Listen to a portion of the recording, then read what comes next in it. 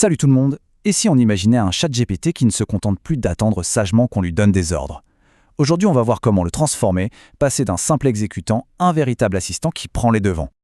C'est vraiment ça, la question clé. L'idée, c'est d'avoir une intelligence artificielle qui ne fait pas que répondre, mais qui anticipe, qui prend des initiatives, bref, et qui bosse en arrière-plan. Et c'est là que ça devient vraiment bluffant.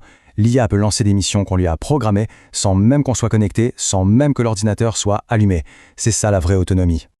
Parfait. Alors pour bien saisir à quel point c'est une révolution, revenons juste un instant sur la manière dont on interagit avec l'IA d'habitude. Jusqu'à maintenant, la dynamique était assez simple, n'est-ce pas? On pose une question, on donne un ordre, et ChatGPT s'exécute. C'est un modèle qu'on appelle réactif. C'est super puissant, oui, mais ça reste passif. Il attend notre signal. Mais tout ça, c'est en train de changer grâce à une nouvelle fonctionnalité qui est juste géniale, les tâches ou tasks en anglais. C'est cette fonction qui va permettre à ChatGPT de passer à la vitesse supérieure. Bon, alors, qu'est-ce que c'est concrètement une tâche?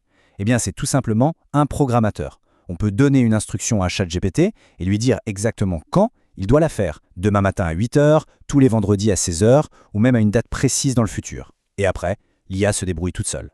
Ce qui est top, c'est que c'est ultra simple. Les tâches se déclenchent toutes seules, à l'heure dite, sans qu'on ait rien à faire. Une fois que c'est fait, on reçoit le résultat par une petite notification ou un email. Petit détail important, pour l'instant c'est une fonction en bêta, donc réservée aux abonnés Plus, Pro et Teams.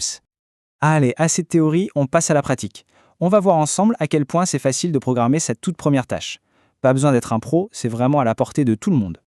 En fait, ça se résume à 4 étapes toutes bêtes. D'abord, on ouvre ChatGPT. Logique. Ensuite, on choisit un modèle qui est compatible avec la fonction.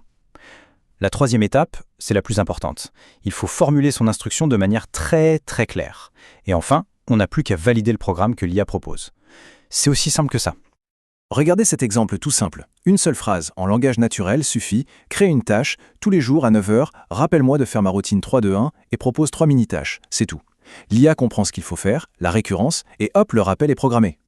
D'accord, c'est simple à mettre en place, mais pour faire quoi, au juste? Eh bien, les possibilités sont immenses. Voyons quelques idées concrètes pour se lancer. Première idée, un classique pour la productivité. On peut lui demander de nous envoyer chaque matin un résumé de nos 3 priorités de la journée qu'il va générer tout seul à partir de nos conversations. Franchement, c'est une super façon de commencer la journée, bien organisée. Deuxième idée, un peu plus pro, l'automatisation de la veille. On peut demander à ChatGPT de surveiller pour nous des sites d'actualité, des blogs, et de nous livrer une synthèse chaque semaine. Imaginez le gain de temps. Et enfin, une application un peu plus créative, pour l'apprentissage par exemple, on peut se programmer une petite session de pratique de langue avec un dialogue à compléter chaque jour. L'IA devient un peu notre coach personnel et super régulier. Ok, avant de se lancer tête baissée, il y a quand même quelques petits points essentiels à connaître pour bien utiliser cette fonction et éviter les mauvaises surprises. Alors ça, c'est un point super important. Il faut bien faire la différence. Gérer une liste de choses à faire dans une conversation, ça c'est juste de l'organisation. Utiliser la fonction tâche, c'est demander à l'IA d'agir toute seule. D'un côté, on a une simple liste. De l'autre, on a une action automatisée. C'est ça le vrai changement. Bien sûr, on garde le contrôle total. Il y a un tableau de bord qui centralise toutes les tâches programmées. On peut les modifier, les mettre en pause, les supprimer quand on veut.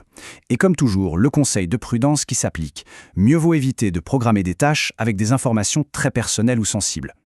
Voilà, on arrive à la fin de cette présentation. Le potentiel est vraiment énorme pour faire de l'IA un assistant qui anticipe nos besoins. Et ça amène une question super intéressante. Une fois cet outil en main, quelle sera la toute première tâche qu'on choisira d'automatiser? La réponse pourrait bien changer notre façon de travailler et de nous organiser.